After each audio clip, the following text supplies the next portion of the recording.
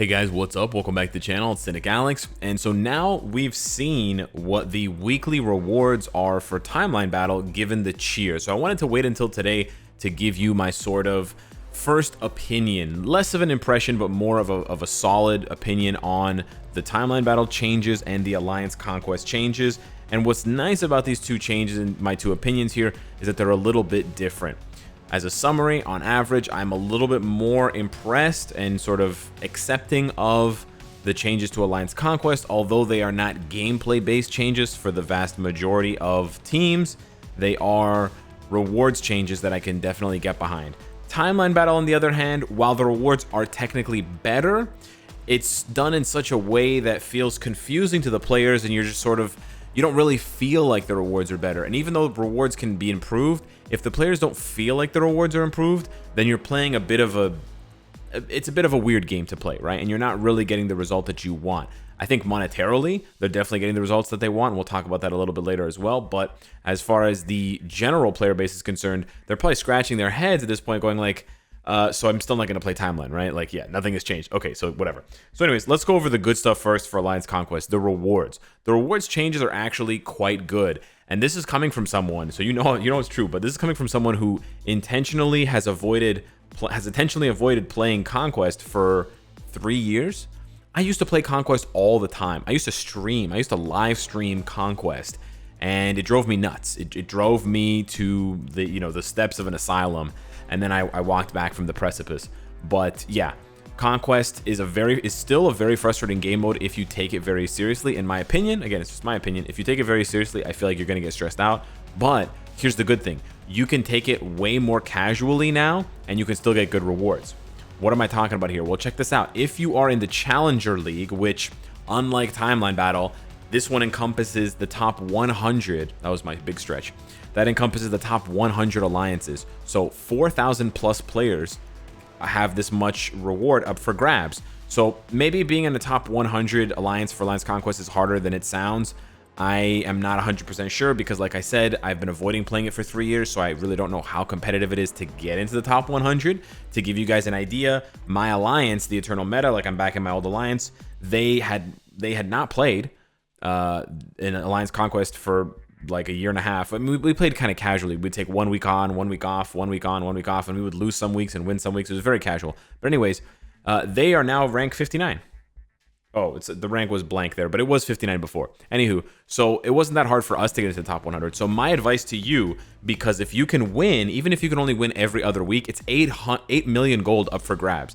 8 million gold a week is not bad at all. It's really not bad, And the thing is, some weeks you're going to fight two alliances that are way stronger than you. So in those weeks, it might be frustrating and you might just take the loss on purpose and take 4 million or whatever. But some weeks you're going to queue up against two alliances. Again, you're still in the top 100, right? You're going to queue up against two other alliances and they're going to roll over. So you're going to be slamming them. You're going to get your wins in early and you're going to get your 8 million in and out, and it's not much work. So I think the amount of activity involved is going to vary. And of course, that's something I can't control for and you can't control for.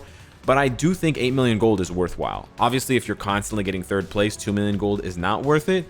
But, I would say test the waters. See if your alliance mates want to play Conquest. Maybe if you're not in a good alliance, if it's not active, try to get into a better alliance. Try to get into an alliance that will be active and will play. The nice thing about Conquest at the end of the day is you get to see some pretty cool 3-on-3 battles, and you get to use your whole roster. Obviously, it's autoplay only. It's PvP. But no game mode is perfect. The other rewards that are really good now in Conquest, especially for the Challenger League, okay? See, the normal league is different. See, the normal league, you get 2 million points. You get 2 million, 3.3, or 4.8 for being first. That's actually not even that bad, 4.8 million. But I'm talking about the Challenger League, so you got to be careful up top there. But for the Challenger League, the contribution rewards, last week I only got 10 kills in, but you can get mythic cards now, and you can get some, pretty good ISO and Uru, and you can get tier 3 materials. I ended up getting 55 Titan component packs. Now, if you compare that to the story mode farming and other game modes, that's not very much, but for the amount of effort I put in, honestly, 55 TCP, it's pretty good. It's honestly pretty good. And here's the thing. If you're in the Challenger League, if you're in top 100, 30 attacks, if you can get 30 successful wins in Conquest, like if you can attack a zone and beat the zone 30 times, you have a chance to get CTPs and Odin's Blessings. This is really good. you get a chance to get premium cards. So I would strongly recommend, if these rewards look spicy to you, there's basically no bad rewards here besides the tier 2 materials and, well, like in the egg and the Uru and the ISO, right? But everything else is really, like any of the six-star cards, any of the premium cards, any of the Odin's Blessings, any of the CTPs, it's nice, man. It's nice. So honestly, gameplay wise, I am not impressed. There's nothing to be impressed with for Conquest because they haven't changed anything. I really hope that they'll add some things that we talked about that they should add, like adding a rotation where you can set a rotation for each character, or just, you know, a few more ways for us to feel like we're actually controlling the characters rather than the characters just doing whatever they want. I think there needs to be a bit more determination on the side of the player rather than it being this sort of you know, roll of the dice time kind of thing. But as far as the rewards go, I'm pretty happy with them in Conquest.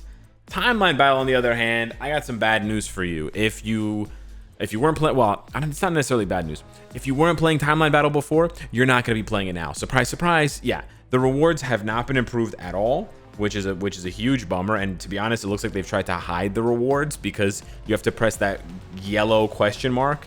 Well, it's a yellow box with a black question mark, but you got to press that question mark all the way up in the top right corner to find out what the rewards are. But then you have to click into the actual individual league, and yeah, the rewards are not good. The only reward they've added that makes any sense at all in a positive way is the tokens. You get 350 there, and then you get 450, or sorry, 400 there. So in total you get 750. But yeah, all of the rest, and I guess you get 3 of those instead of 1 of the extreme ISO. But yeah, all of the other rewards are the same as far as the gold goes, as far as the crystal goes, as far as the rewards that you actually want go. And then as far as the token shop goes, the advanced glory token chest, this one is technically still better than this one because this one would give you 1 to 2 star cards. Yeah, it's like way cheaper, but still, it, you know, 1 to 2 star cards, you need like hundreds of those to equal a 3-star, 4-star, 5-star card. However, like I said, when you open this up, you're looking at it and you're like, I don't want Uru, so I hope I get cards. And then like sometimes you get cards and sometimes you don't. So like this doesn't really look very good to me. I know because I've done the math that this is still better than opening that other token card chest 10 times because you need like whatever 500 1-star cards to make a 4-star card. Like, you know, you need 36 1-star cards to make 1 2-star card. So 36 times 6 times 6. So I need 1,296 cards to make 1-star cards to make a 4-star card, right? I believe that's what it is. Or no, that's a 5-star card. But anyways, I need 216. I believe it is. Yeah, 216 1-star cards to make a 4-star card. And that's not even counting the 2 3-star cards. But still, right? I have to do all this math to justify it. But looking at this visually, you're like, these rewards kind of suck. I could get these same rewards if I just go over here, right? And this is what we talk about. Go over here, go over here, go over here, open this once. There's my 4-star card. And there's my 3-star card. And then if I really wanted to, I can go over here and open this once. I mean, you know what? This is actually worse than the Uru chest. So it's actually pretty nice for Uru, but for the cards, it's not. But the other problem is the cheering system. The cheering system is trash, man. The cheering system is not good. The way that the cheering system works, you look at the numbers and it seems really nice. You're like, whoa, I can cheer 1,000 of my glory tokens. And if he wins, if this guy allied aces with the Groot icon, if he wins, I get 3,000 advanced glory tokens. So then of course you start imagining, like we all did as kids, like what would I do if I won the lottery? What would I spend it on? You go over here and you're like, I got 3,000 advanced glory tokens. By the way, I have 120. Okay, this is gonna sort of tell you what's coming next. But imagine I had 3,000. With 3,000, I could get the 50 CCF 10 times. That's 500 CCF. And then you go over here and you could, bro, that's not how it works. Nah. There's no way this guy allied aces is gonna win. No offense, bro. He's not gonna win. You know who's gonna win? Whoever refreshes the most. Wah, wah, wah. That's exactly how the Challenger League works. It's not about skill. I mean, there is a skill component to it because if you're losing your fights, it doesn't matter how many times you refresh, right? If you're losing, if you're fighting 10 times and losing 2 or 3 times, you're not going to be coming away with very many points. So there is a skill component involved. You know, I'm sort of skipping the fact that you have to build all these characters, max them out, good builds. You have to have great cards. Like this is like Whale Wars on steroids. This is like Kraken Wars. Picture, you know, a stormy sea at night and these like giant 500 million-pound octopuses are fighting each other. It's like the Kraken Wars, okay? These are like the biggest whales. But it really just comes down to, because of all these players basically have similar builds and similar teams even, right? The teams are very similar. It comes down to who can refresh the most and win the most, because they haven't capped. There's no cap on how many times you can refresh, and you only get glory tokens. You only get those advanced glory tokens, those blue glory tokens. You only get these if the person that you cheered for wins. So if you cheered for 5 people and they all lose, guess how many advanced glory tokens you get? That's right, you get 0. You get absolute bupkis. So what's going to happen is people are going to keep watching the Challenger League, and they're going to be like, huh, well, let's take a look here. You know, who won the first one? Congratulations to Carl, by the way. Carl LCL won. If Carl keeps winning, what is everyone going to do? Everyone's just going to vote for Carl, duh, right? And look what happens if you vote for Carl. Remember the one guy remember the one guy, if I voted 4 times, if I cheered him 4 times, I would get 3,000. Look how much you get for Carl. If you cheer for him 4 times, you get 75. Woo! 75, Carl. Don't bust my bank. Because everyone's piling onto Carl, nobody gets any good rewards, so you don't get that much. So what's the point? Again, the rewards here are still better because the old PvP shop doesn't have any tier 3 materials, right? There's no tier 3 materials here. So the old PvP token shop is worse than this new one. But the new one is so marginally better. It's like, I'm going to give you 2 pieces of hair instead of 1.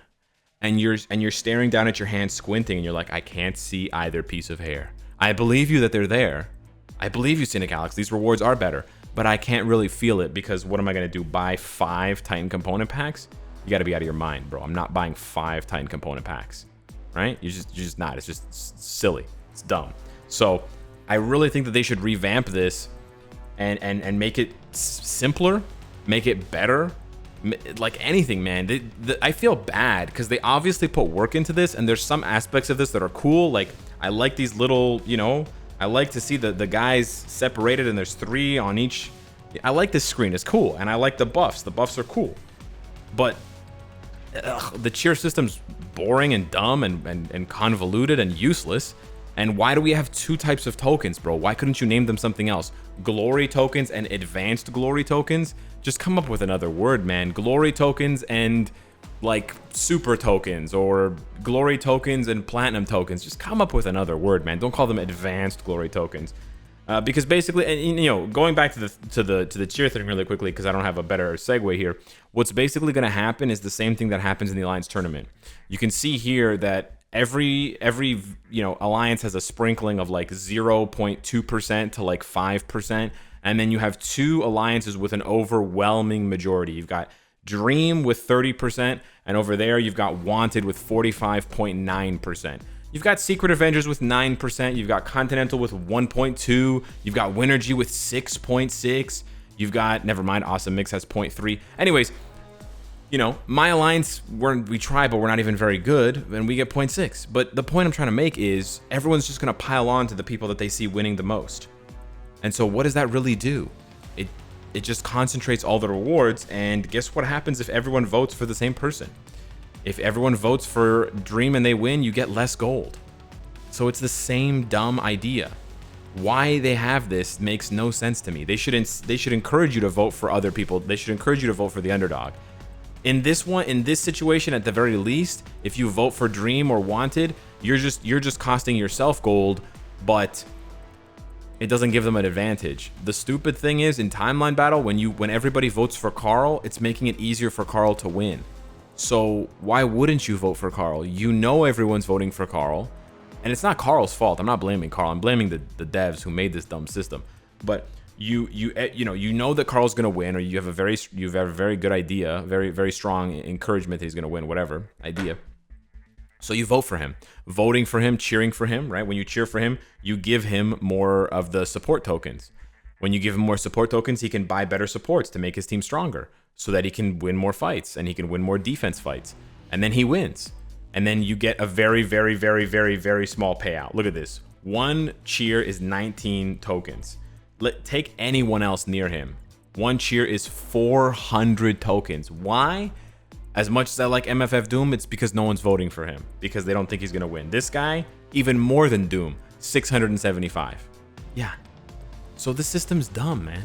I don't know, it's just dumb. So I'm kind of bummed out because I feel like Timeline Battle, they struck out twice. They struck out on the rewards. Even though they're better, they don't feel better. And the way that the rewards feel is definitely something that needs to be worked on in every game, right? We like Null because it feels good when you get that CCF and it's boom, it's right there, right? This Timeline Battle thing is like, it's like wishy-washy. It's so wishy-washy as far as the rewards go. And then as far as the gameplay goes, it's exactly the same for us. And for the people in Challenger, it's literally like Omega Whale Wars. You're just going to Whale City. You're going to whatever Marine World, Marine Land, and watching the splashes. That's it. That's all it is. It's honestly just a hyper Vibranium. It's just Vibranium on steroids. The only good thing about this new Challenger is that these guys are refreshing so much. We clocked Carl and some of the other guys over 1,000 fights. That's right, over 1,000 fights in a week. What is that? 1,100 fights divided by 7. That's 150 fights per day. 160 fights per day. Imagine doing 160 timeline fights every single day. Yeah, that would hurt your hands.